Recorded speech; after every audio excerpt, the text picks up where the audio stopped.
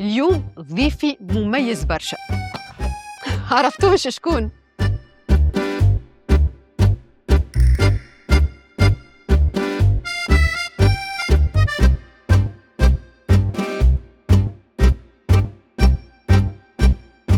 Hola José María.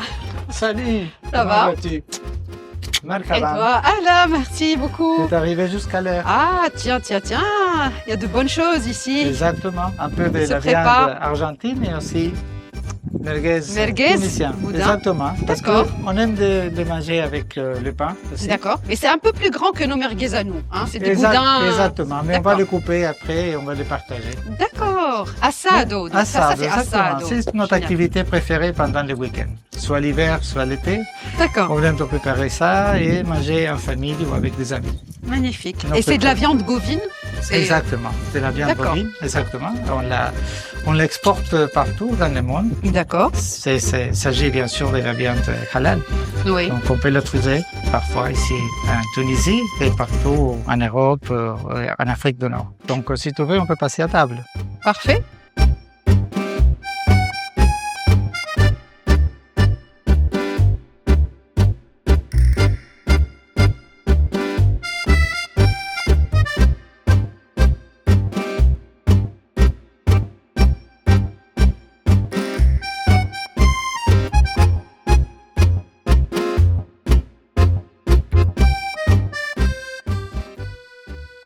Il y a déjà l'accompagnement, les salades qui sont Oui. déjà préparées.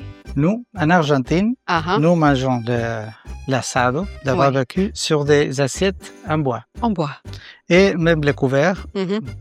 tu peux le remarquer, sont en bois Oui, ou en ivoire. d'accord. Voilà. C'est parce que comme ça, on prend un peu, on copie la façon où les gauchos à la pampa au 19e siècle mangeaient de la viande. Mais justement, j'ai l'impression que c'est des ustensiles vraiment précieux. Ça se transmet de génération en génération Exactement. parce que c'est Exactement, voilà. exactement. Oui, D'accord. mais on les En trouve. Il y a ivoire, des et artisans en Argentine qui les font toujours. Qui le font On les toujours. trouve, oui, oui. Et bien sûr, il y a les empanadas. Ah, hein. Qui a- Banades, un peu. Exactement, Oh. oui, Ah. oui, bien sûr, on a les mêmes origines finalement. Donc, Exact. exactement. Et bien sûr, C'est les assez salades. coloré en fait. Hein. Il y a Exactement, la cuisine est oui, assez oui, oui, colorée. oui. Mais ça, c'est quelque chose qui c'était très traditionnel. C'est la salade avec des tomates, Oui, et bien, des pommes de terre. Pommes de terre, C'est très simple, etc. toujours de D'accord. quelque chose de très simple. Notre cuisine n'a pas le niveau de sophistication de la cuisine tunisienne. mais de toutes les Mais- manières, pas besoin ouais. de plus pour accompagner de la Et- bonne viande. Je Exactement, pense oui, qu'il y oui, a le oui. Ce qui est nécessaire. important toujours, Les c'est la légumes. qualité des ingrédients. Voilà, Magnifique. s'il te Merci plaît, beaucoup. je vais enlever mon chapeau. Ah, hein. Ça, on sera plus confortable. Oui, ça sent très bon en tout cas. Ouais. On peut faire le parallèle avec notre meshwi, hein, parce que pour nous aussi c'est un vrai Exactement, rituel, parce que j'ai exactement. compris, l'assado c'est pas seulement la viande, mais c'est vraiment tout le rituel autour de cette cérémonie entre guillemets, c'est ça? Exactement. D'accord. Tiens, un petit morceau. Ah, merci Voilà. beaucoup. Ah, ça c'est un grand morceau. Un grand morceau. Non, non, c'est un petit morceau chez nous. D'accord. Ah, habituellement les portions sont quand même généreuses, bien. Généreux, Une épaisse. exactement. Un peu de salade, s'il vous Oui. plaît. Merci beaucoup. Ah, ah. Parfait. Oui. Génial. Et, Ça me convient. bien Merci. sûr que c'est tout un défi en Argentine actuellement. Mhm, 97% de la population mhm. habite en milieu urbain, y compris, bien sûr, il y a surtout à la ville de Buenos Aires Mhm. et de Cordoba aussi, les grandes villes. Oui. Pas mal de familles habitent dans des appartements. Mhm. Donc, Merci. c'est tout un défi d'organiser le barbecue le dimanche. Le dimanche. Oui. Mais on s'arrange quand même. Pas mal de bâtiments, ils sont dans les rooftops, ils sont de la aménagés ville pour faire les barbecues. Et même, il y a des gens qui s'organisent pour les faire dans les balcons de D'accord. l'appartement. D'accord. Et ça, c'est toléré par les voisins. Parce que bon, comme tu as remarqué, il y a un peu de Oui. fumée parfois. Il y a beaucoup de fumée, je dirais. Oui, bon, mais ça, c'est un peu ma Ouais. faute. Parce que au lieu de le faire avec du charbon, Ah, ah. je le fais avec du bois. D'accord. Et ça, parfois, et donne un peu plus de fumée, mais je pense que ça se met pour donner plus de saveur à la viande. Justement, la cuisson se fait de manière lente. C'est le secret aussi d'un assado Oui, réussi. exactement. Oui, Ah, oui. pour Moi, pas je que suis ce pas soit très cramé. doué Oui. pour les assados. Moi, j'ai des amis Ah. qui, ils me le font. Ils vont, tu peux commencer, s'il vous plaît. Merci beaucoup. Il prend le feu et il allume le feu et après, Mhm. il part pour prendre la douche parce qu'il y a toujours un peu de chaleur et tout ça. Voilà, Il exactement. met la viande, ils vont Oui. peut-être bavarder avec les amis, les invités. D'accord. Et on dirait qu'il ne prête pas attention du tout à la cuisson de la viande. À un D'accord. moment donné, ils se lèvent, ils vont chercher la viande et elle est parfaitement à point. Magnifique. C'est pas mon cas. Je suis obligé à la surveiller un peu plus de proche. Oui. Si je te demandais de changer ces trois accompagnements, trois types d'accompagnements que vous avez l'habitude de mettre avec l'assado par trois accompagnements, trois condiments tunisiens, qu'est-ce qu'il y aurait sur la table? Bon, salade mishwaya. Salade mishwaya, bien. Exactement. Peut-être un peu de oja, j'aime beaucoup. Oja, oui. Je ne sais pas si ça... Si, ça se marie très très bien. Exactement. Et une troisième, bon, je ne sais pas. La harissa aussi. La salade tunisienne, bien salade sûr. tunisienne, Voilà. Salade tunisienne. Un peu piquant, mais ça va. Oui, d'accord, voilà. Très bien, parfait. Voilà. Oui. D'accord, comme quoi on peut mélanger les saveurs. Tout à fait. Ici, chez nous, c'est tout le temps qu'il y a cette espèce de mélange entre l'Argentine et la Tunisie. C'est très agréable de déguster un assado au son de l'appel à la prière. Exactement. Ici. C'est quelque chose qu'on aime beaucoup. Et depuis notre arrivée, ça nous a donné toujours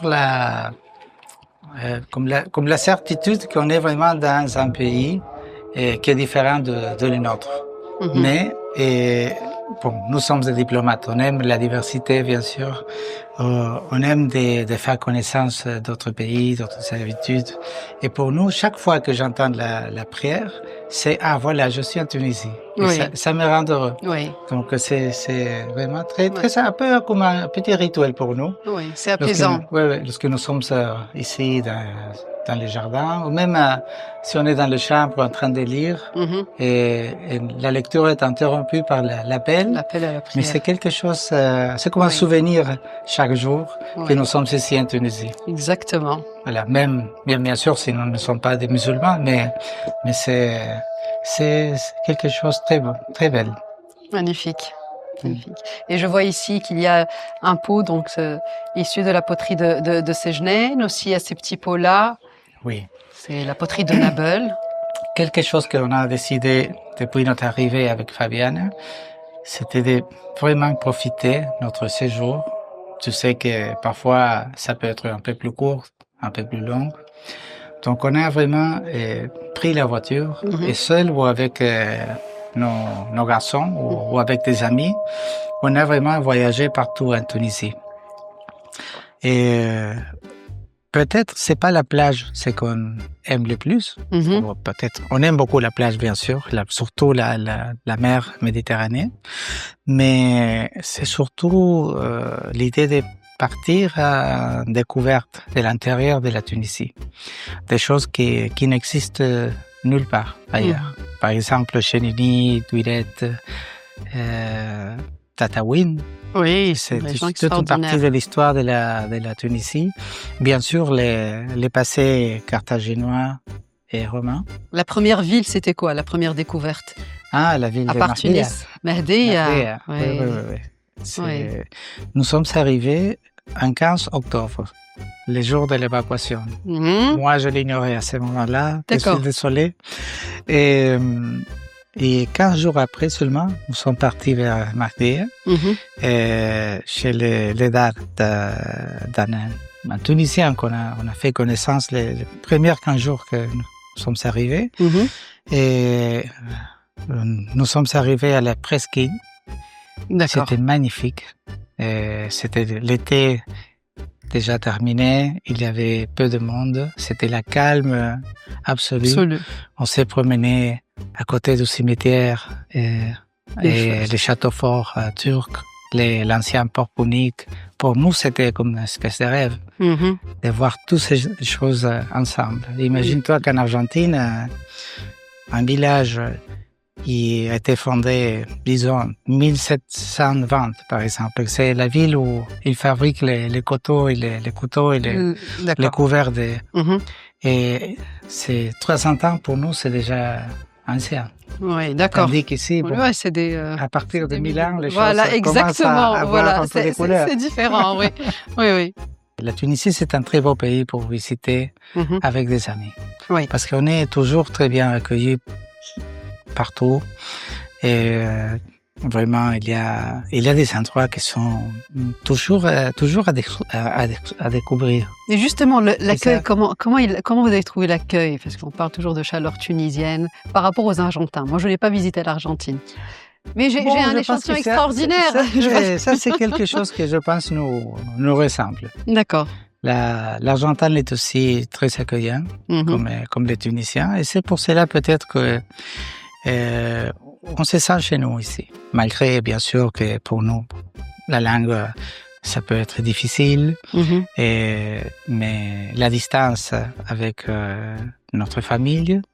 Mais vraiment, le jour à jour ici, à Tunisie, c'est très agréable. C'était quoi le premier mot tunisien que vous avez appris? Bon, les premiers, bon... Qui vous a peut-être surpris ou appris, je ne sais pas. Je dis ça comme... Bon, c'est pas strictement tunisien, mais le premier mot que j'ai appris, c'était Inch'Allah. Inch'Allah, voilà. Mais bon, après, bien sûr, Aïchek, Chouaïa, c'est très important. Oui.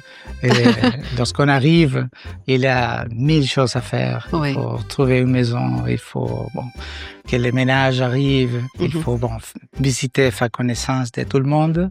Il faut aussi se planifier et avoir de la patience. Donc, on peut pas avoir tout en même temps. Donc, Chouaïa, c'était un mot de sagesse que j'ai appris lorsque je suis arrivé ici. Et Fabiana, il a étudié l'arabe tunisien. Le tunisien, le dialecte. Moi, je commençais à étudier l'arabe classique, toujours, mais avec pas beaucoup de succès. Mais ça aide dans les interactions, ça. Oui, mais il faut... les langues, il faut, je pense, apprendre à les aimer. Lorsqu'on commence à remarquer la subtilité, la logique parfois cachée. L'arabe est une langue que pour nous, on entend quelqu'un parler en arabe et peut-être c'est pas très instantanément très accueillant, amical. Tandis que une fois qu'on apprend l'essence des mots, on découvre que c'est une langue très poétique. Absolument. Donc, mais il faut connaître toutes les expressions propres des politesses, même de la langue arabe, sont tellement bienveillantes. Très bien. Mais on a ici, on a ici empanadas, par exemple. Exactement. On a les banades aussi, mais nous. L'espagnol, c'est une langue qui a emprunté, je pense, 3000, 4000 mots de l'arabe. Exact. Le problème, c'est qu'on les a déformés tellement qu'ils sont un peu cachés et on ne se rend pas compte qu'ils sont des mots arabes. Par exemple, on dit aceite. Al-Zayt. On dit al-Kathar.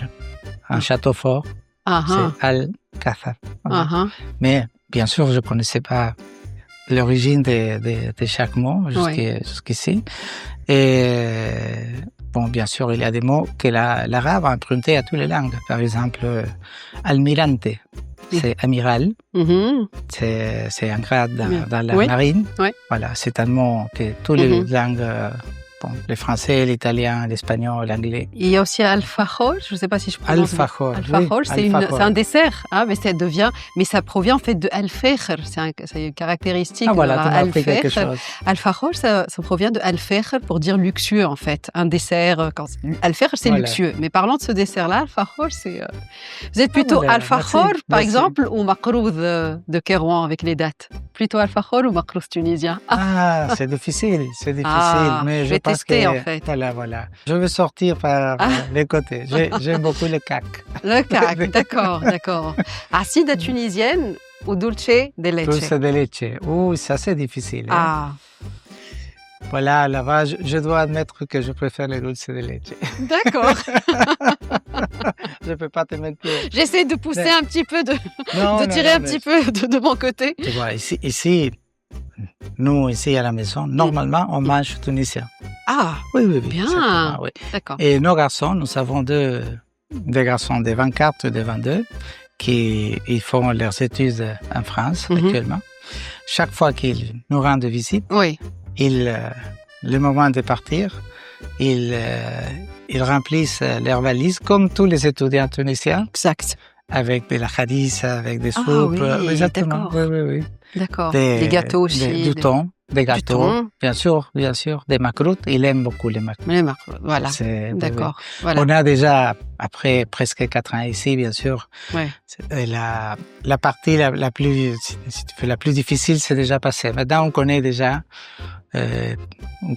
tous les fournisseurs des meilleures choses qu'on peut trouver en Tunisie, y compris, bien sûr, les macroutes.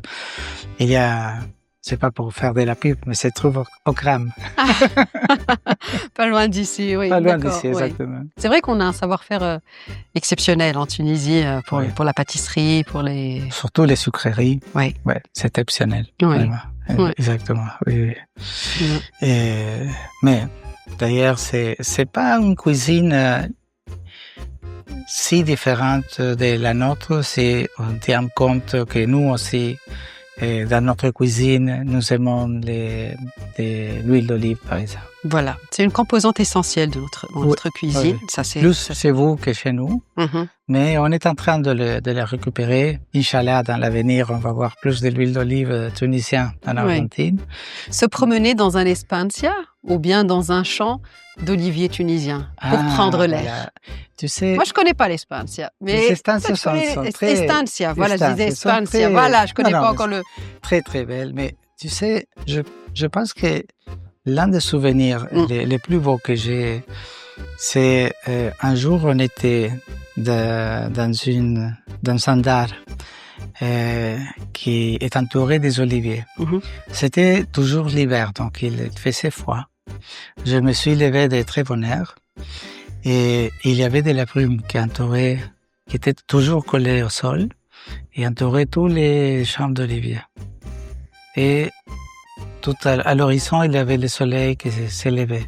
C'est l'un des souvenirs les plus beaux de ma vie, vraiment. Et ça s'est passé, bien sûr, ici Magnifique. en Tunisie. Il y a, ici à Tunisie, c'est incroyable le nombre d'expériences qu'il peut te donner. Hier, je suis parti faire la marche. Mhm. Je suis arrivé à la mer, près de Bait al-Hikma. Mhm. Il soufflait le vent, donc il y avait les vagues qui frappaient la côte. C'était déjà un peu la soirée. Il y avait un peu de la lumière de la lune. Et c'était de nouveau à 2 kilomètres de chez moi, une expérience que c'est difficile de trouver ailleurs si on prend pas l'avion. Donc vraiment C'est la magie de la Tunisie. Exactement. C'est la magie de ce exactement. pays-là. Ouais, Oui. ouais. Et vous pensez que vous êtes un petit pays, c'est pas le cas. La Tunisie, c'est un grand pays, même en termes de kilomètres carrés. Mhm. Mais ce qui m'étonne toujours, c'est qu'on peut trouver presque tout. Absolument. Presque tout. Il y a une grande variété du nord au Oui. sud, est, ouest, Exactement. de ville en ville. L'Argentine est magnifique. Il y a des choses qui, vraiment, comme les glacières au sud, sont difficiles de trouver ailleurs. Mhm. Mais c'est vrai qu'il faut voyager. Mhm. Prendre l'avion, peut-être 2-3 heures de vol. Mhm. Tandis que si en Tunisie, sont Exact. 2-3 heures de voiture. De voiture, Voilà. exactement. D'où tout l'avantage, en fait, de Exactement, notre pays. exactement. Voilà. Tout à l'heure, donc, au niveau de l'accueil, je disais Argentine, donc je disais foot. Qui Oui. dit Argentine dit aussi viande et dit tango. Voilà. Tango. Mais qui dit Tunisie? La Tunisie en 3 mots. Moi, je dirais l'Argentine en 3 mots. Ah, La voilà. Tunisie en 3 mots. Voilà, je pense. La mer, Mhm. l'huile d'olive Mhm. et l'histoire. L'histoire. Oui. Magnifique. Pour moi,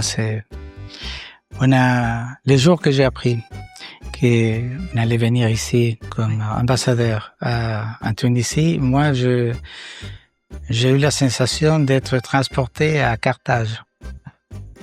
pour nous, c'était vraiment une possibilité d'avoir un contact direct avec les origines les plus anciennes de notre culture, qui est aussi moitié méditerranéenne. Ouais. Et après, on a eu de la chance parce que c'était pas peut-être la première idée qu'on a en tête, surtout pour nous qui nous venons de loin, mais avoir la possibilité d'entrer en contact avec la culture arabo-musulmane, ça a été pour nous quelque chose aussi d'extraordinaire. C'était comme un cadeau. Et bien sûr, nous, comme on a aussi notre héritage espagnol, et on a un peu de goût déjà même dans l'architecture et pour tout ce qui est de la culture de l'Andalousie. Mais la voir ici vraiment, on dirait en naturel, c'est autre chose. C'est autre chose, c'est une autre sensation. Exactement, en fait. exactement. Magnifique. Et c'est intéressant de voir parce que comme la Tunisie est un pays charnière et où toutes les cultures sont un peu présentes et on n'est jamais, on voit aussi ce qui est différent, mais c'est jamais quelque chose d'hostile parce c'est toujours mélangé avec quelque chose qui nous rapproche. Et comme les Tunisiens, comme on l'a dit tout à l'heure, sont tellement accueillants, toujours prédisposés à expliquer, à déguster quelque chose, à raconter une histoire. Ils sont ouverts, ils sont là, Exactement. toujours les bras ouverts. Oui. Et en vérité, il y a, si on cherche, on trouve, par exemple, des livres, des histoires, des anecdotes de Mahdeya, par exemple, ou de la cuisine tunisienne, ou des mosaïques romanes. Il y a des livres d'histoire tunisienne. Et je vois que vous avez une bibliothèque extraordinaire, exceptionnelle. J'aimerais bien visiter et voir un petit peu les titres que vous avez. Sûr. Parce que cette fois-ci, avec les ans, on apprend quelque chose. Oui. On apprend surtout à voyager avec un peu moins d'équipage. Donc, cette fois-ci, on a laissé presque toute notre bibliothèque en Argentine. Et on a commencé à la remplir de nouveau, à remplir les étagères. D'accord. Et ici de nouveau, avec surtout des livres d'art ou d'histoire de la Tunisie. De la Tunisie. Oui.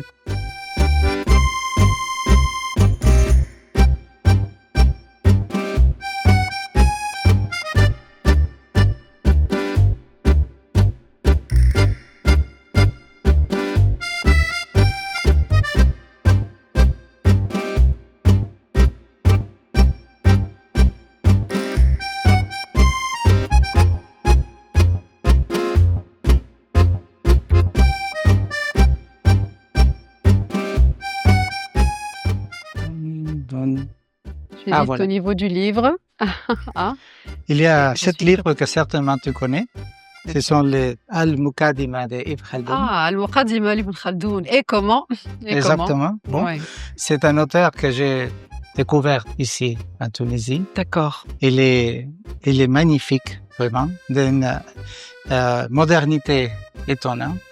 Donc, j'ai l'habitude, chaque jour, j'ouvre n'importe quelle page. Voilà. Et je profite toujours, il y a une réflexion des sagesses. Oui. C'est un visionnaire aussi, parce que quand on lit maintenant, c'est vraiment ce sont des analyses qui sont très, très modernes. Exactement.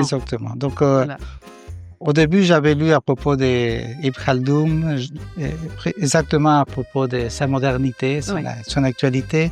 Quand il décrit des situations... peut-être un peu exagéré. Non, exactement, c'est très, très, très moderne. Exactement. Voilà. Et c'est une source très riche des détails à propos de l'histoire de la Tunisie, la façon dont les gens vivaient à cette époque. Donc, c'est génial. Et c'est une très belle édition en plus, très utile. On peut l'amener n'importe où, le mettre dans le chevet, sur le chevet, exact. avant de dormir. Et quand on aussi. lit, on n'a pas l'impression que c'est seulement du passé, en fait. Ibn Khaldoun était visionnaire, donc c'est comme s'il décrivait exactement, c'est comme s'il était avec nous, qu'il vivait aujourd'hui avec nous. Parce qu'il était un observateur magnifique. Oui. Il parle des choses qu'aujourd'hui relèvent de la sociologie, de la science politique. Bien sûr, il fait beaucoup d'attention à l'économie aussi. Oui, tout à fait. C'est un sujet dont moi, personnellement, pendant tout mon parcours comme diplomate, j'ai beaucoup travaillé.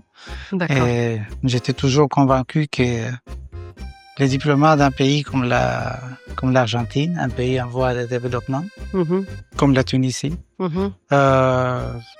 nous pouvons être plus utiles souvent si on travaille sur les volets de l'économie et du commerce. Oui. Donc c'est surtout Justement, je me souviens, c'était lors d'une des fêtes nationales, je pense qu'il y a 2-3 ans. C'était lors de votre discours, vous avez parlé de défis communs, donc à relever entre Tunisie et Argentine. Justement, quels sont les défis communs aujourd'hui entre Argentine et Tunisie, qu'elle en fait face? Là, il y a peu, j'étais invité, j'ai eu l'honneur d'être invité à une conférence. On a parlé sur plusieurs chantiers des réformes nécessaires et pour des pays comme les nôtres, surtout parce que nous sommes devant un scénario international assez complexe qui au contraire des Argentins ou des Tunisiens, n'est pas accueillant du tout, surtout pour des pays qui essayent de trouver leur place. Et donc voilà pourquoi dans un monde où les règles, surtout les règles du commerce multilatéral et les droits internationaux en général sont mis à comment le dire d'une manière qui soit pas très très forte, mais on trouve des difficultés pour voir respecter les règles. Au moins la façon on s'attendait après la fin de la guerre froide. On pensait qu'on passait à un monde mondialisé, c'est vrai, et avec beaucoup de challenges économiques, mais un monde qui serait dans son ensemble beaucoup plus coopératif. Donc on est dans un monde de rivalité, dans un monde où souvent s'impose les plus forts, pas celui qui a raison. Et c'est pour cela que les partenariats avec des pays proches deviennent de plus en plus importants. Donc s'il n'y a plus de règles multilatérales, il faut développer des règles avec ceux qui pensent comme nous. Donc, la Tunisie et l'Argentine, ce sont deux pays par son histoire, pour le fait que nos économies ont été toujours tributaires de l'intégration, de l'assemblage avec des centres économiques plus développés, plus sophistiqués au niveau technologique. Justement, aujourd'hui, concrètement, comment l'Argentine et la Tunisie peuvent être deux pays complémentaires sur le plan économique et commercial? Bon, et l'Argentine et la Tunisie, chacun de son côté, a développé des atouts. Voilà, on maîtrise pas la technologie sur tous les domaines. Mais par exemple, aujourd'hui, la Tunisie a une industrie des composants automobiles très performante. Vous êtes en train de développer une industrie des fournisseurs des composants pour l'industrie aéronautique qui est incroyable, carrément. L'Argentine, de son côté, il a par exemple une technologie pour les usages pacifiques de l'énergie nucléaire qui nous positionne parmi les premiers pays du monde.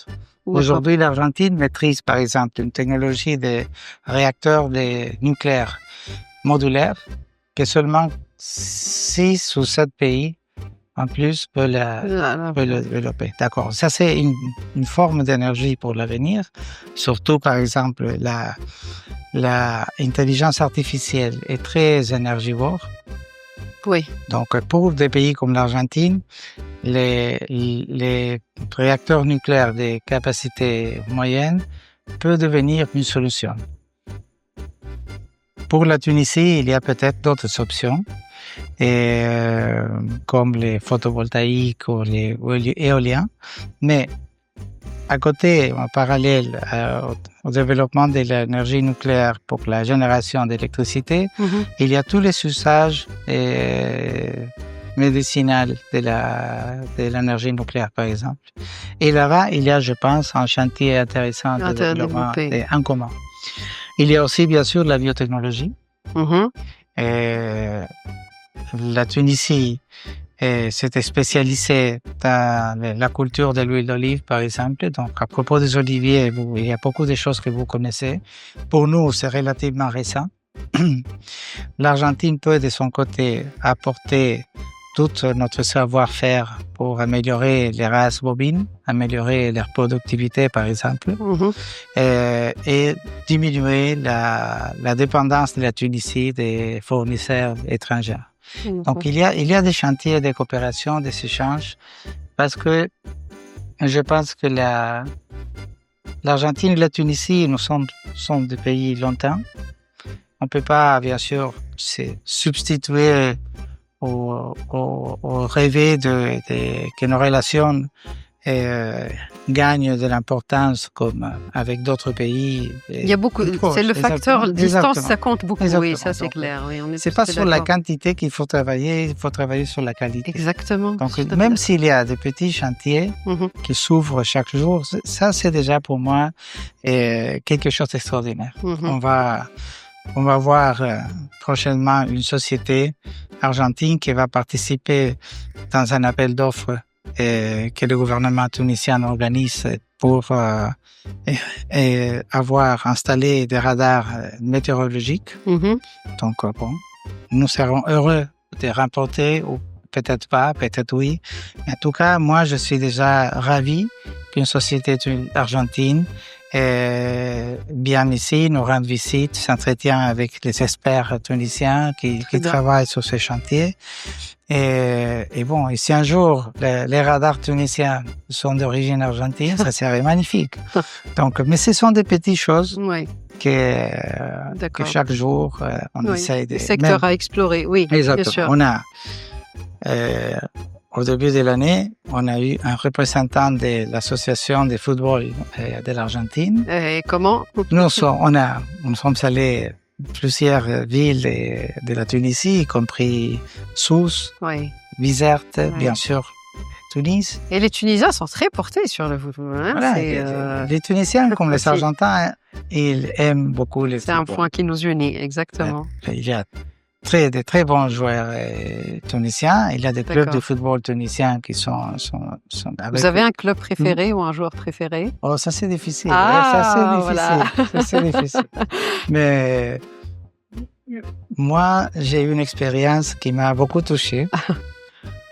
Et je suis allé avec ce collègue de la AFA, l'Association de football argentine, pour visiter les clubs Visartan. Donc, nous sommes arrivés tous les deux, un peu fatigués. On venait des Sousse. On a été aussi reçus de manière extraordinaire. Mais nous sommes arrivés à Bizerte. Il y avait, je pense, la moitié du club était là-bas pour nous accueillir. D'accord. Ils nous ont donné des bouquets de fleurs. On a pris des photos. Et c'était vraiment, j'étais vraiment touché parce que les supporters du club Bizartan, et il était reconnaissant seulement parce que l'ambassadeur de l'Argentine était allé leur rendre visite. Donc, pour moi, c'était comme un cadeau. Un cadeau après une journée qui avait été assez accablante. Et la voiture s'était cassée dans la route. Donc, c'était un jour difficile. Et finalement, on a eu ces cadeaux de reconnaissance des Tunisiens de Bizerte. Donc, c'est pour cela que je garde pour le club Bizartan. D'accord. D'accord. il a un endroit spécial dans mon cœur. Dans le cœur, oui, génial. Voilà. Oui, beaucoup de cette proximité. Et justement, qu'en est-il du volume général des échanges, en fait, pendant les 5 dernières années? Est-ce que ça a doublé, ça a triplé? Je suis optimiste, ça a quadruplé. Je suis non, on optimiste. n'arrive pas à cela. Oui. Et, il faut avouer que Je sais qu'il y a beaucoup d'efforts qui sont déployés Exactement, oui. et que ça a porté ses fruits Oui. quelque part. Oui, ça a porté des fruits, mais il faut tenir compte que les gros des exportations, en termes de volume Oui. et de volume d'affaires, Oui, c'est le blé et les soya. d'accord. Donc, parfois, la Tunisie achète de nous, parfois de la France ou de l'Ukraine. Donc, c'est les volumes total des commerces et ça peut monter, ça peut glisser vers le bas chaque année. Donc, ce qui c'est important pour moi, ce sont les autres lignes de commerce. Par exemple, les médicaments. Chaque année, nous exportons un peu plus.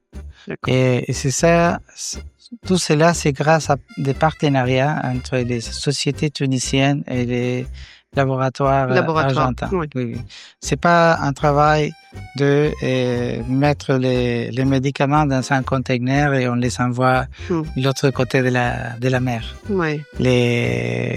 La présence dans les secteurs de médicaments, c'est un travail de longue durée avec des partenariats avec des sociétés tunisiennes pour participer aux appels d'offres. Donc, il y a une relation vraiment de confiance qui se développe, même pour attaquer d'autres marchés, comme les marchés libyens. Oui, conjointement, c'est ça? Exactement. Oui, très bien. Oui. Parce qu'il y a des complémentarités dans les lignes de médicaments. Absolument. Donc, et sur cela, on a eu cette année des bonnes nouvelles. Il y a eu des médicaments qui ont été approuvés par la direction de la pharmacie.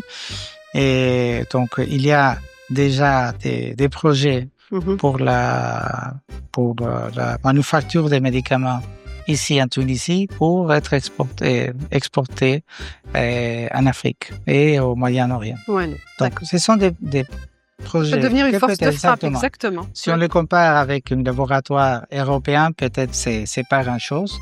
Mais pour nos laboratoires qui sont comme les Tunisiens des moyennes entreprises, et bon, avoir peut-être des ventes de 5-10 millions de dollars, c'est quelque chose intéressant. Surtout, tout ce travail peut être multiplié, répliqué par la suite dans des pays voisins. Pour ce qui concerne la Tunisie, on est pour l'instant un peu limité à l'huile d'olive et les dattes. D'accord. Et je pense que ça serait très bon d'avoir un accord de libre-échange entre le Mercosur et la Tunisie. Et le Mercosur vient de clôturer 2 négociations très exigeantes avec l'Union européenne et avec l'Association de libre-échange européenne. Donc, j'espère, Inch'Allah, que notre agenda sera un peu plus dégagé pour réfléchir à d'autres horizons. Je pense que ici, en Afrique, on a seulement un accord de libre-échange avec l'Égypte et un accord de préférence fixe avec l'Afrique du Sud. D'accord. Donc, il y a un énorme chantier. Donc, et je pense que la Tunisie, c'est un pays que... Le potentiel est énorme, ça c'est sûr. Exactement. Et c'est, j'imagine, une négociation assez facile. Donc, que ça peut aller vite et donner des fruits très rapidement aussi. Parce qu'il y a les possibilités. C'est peut-être un peu parce que je suis ici, je connais déjà la Tunisie. Tunisien de cœur. Bien sûr, exactement. Mon cœur, voilà. Mais je pense que ça serait une belle option pour le Mercosur de regarder vers le nord de l'Afrique et commencer par la Tunisie. Magnifique. Un Tunisien de cœur, un Argentin, Tunisien de cœur, qui adore déguster à cette heure-ci, je sais très bien, le thé tunisien accompagné de gâteaux tunisiens. Ça, je le sais. C'est l'heure du thé, je pense. Voilà. On va passer à...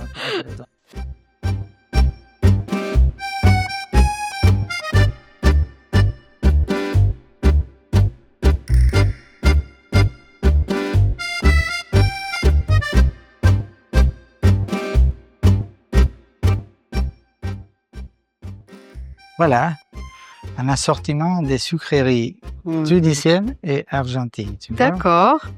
Chose promise, chose... Avec du thé tunisien. Exactement. Ah, c'est le thé au pignon Oui. et à la menthe aussi. Et feuilles de menthe, voilà. Je peux essayer de mon arabe rudimentaire. أنا أشدرس شيء كل يوم. Ah, Ça va? C'est bien fait? Fait bien dit? Parfait. Et voilà. Mm. Ça, c'est alfajores Alfajores. avec du dulce de leche Mhm. et les cakes. On a eu une très belle expérience avec Fabiana. Nous sommes allés visiter Zewan. Oui. C'est une ville qui C'est une j'aime spécialité de beaucoup. Zarouane, le cake Exactement. warqa. Donc, Oui. il y a tous les 10 mètres, il y a un magasin de Ah, cakes. Donc, oui. bien sûr, on est entré, on a demandé parce qu'on voulait avoir une boîte de cakes pour un dîner chez nous avec des invités les mêmes semaines. Mhm. Et surtout Fabiana, elle aime échanger avec Oui. tout le monde. Et il s'est fait inviter pour, à vrai dire, il a commencé à parler et spontanément, Mhm. la propriétaire du magasin nous a invités pour nous montrer comment il préparait Elle confectionnait les le... cakes. D'accord. Exactement. Donc, D'accord. et derrière les rideaux, il y avait 3 femmes qui travaillaient, chacun faisait Oui. une partie du processus de confection des cakes. C'est une vraie institution à Zarouane, le Exactement, cake warqa. Et la spécificité, c'est que c'est parfumé à l'eau de fleurs d'églantier. Nesri, mais Nesri. Oui, c'est d'où le caractère tendre et parfumé Exactement. en fait. Oui.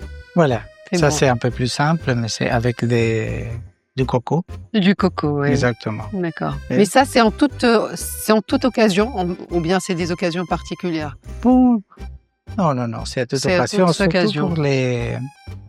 pour les anniversaires. Oui.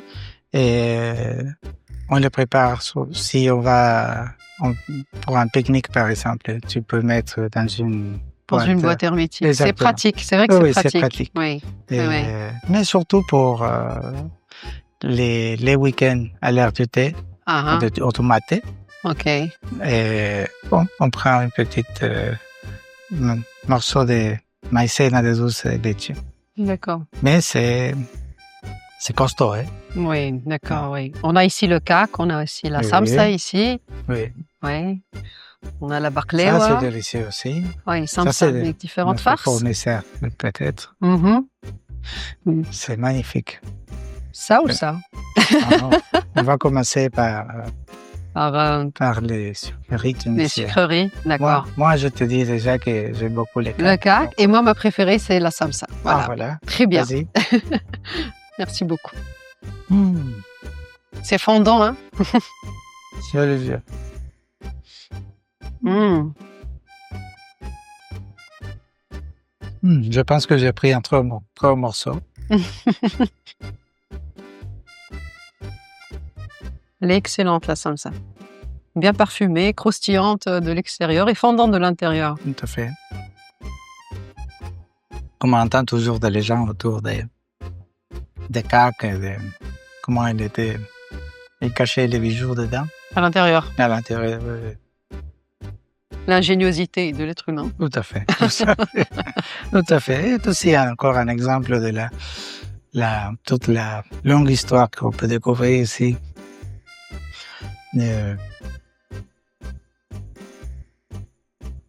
On se croirait, à cheval entre la Tunisie et l'Argentine, Tout à à fait. déguster des gâteaux argentins, accompagnés de thé tunisien, Exactement. On avec aime cette beaucoup brise équilibre. tunisienne Oui. extraordinaire de Sidi Bou Saïd. Il est venu pour nous soulager. What else? Oui. Voilà. Muchas gracias. De nada. Ha sido un placer.